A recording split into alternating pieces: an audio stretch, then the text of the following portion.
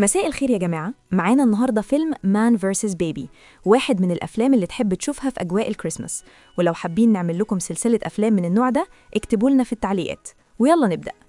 في وقت الكريسماس الناس دايما بتدور على الدفء، بس الدفء مش شرط يجي بالطريقة اللي متوقعينها. مان vs بيبي فيلم بسيط في شكله، لكن فكرته ذكية جدا.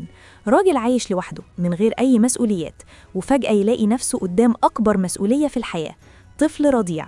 طفل محتاج رعاية، اهتمام وصبر، وهو أصلاً مش عارف عن عالم الأطفال أي حاجة. الفيلم بيعتمد على كوميديا مواقف الظريفة، ضحك طالع من اللخبطة، ومن صراع إنساني حقيقي ومش متصنع.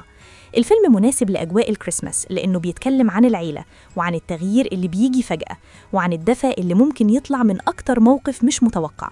فيلم خفيف ودافي، ينفع يتشاف مع العيلة أو في ليلة هادية من غير توتر ولا تعقيد. وهو جزء تاني من فيلم مان vs بي، بس هنا اللي قدامه بيبي. تقييمي للفيلم 7/10، واحد من الأفلام اللي يخليك تبتسم، وده بالظبط اللي محتاجينه في الكريسماس. ولو عجبك الفيلم ما تنساش تعمل لايك وتشترك في القناة علشان تشوف كل جديد. سلام.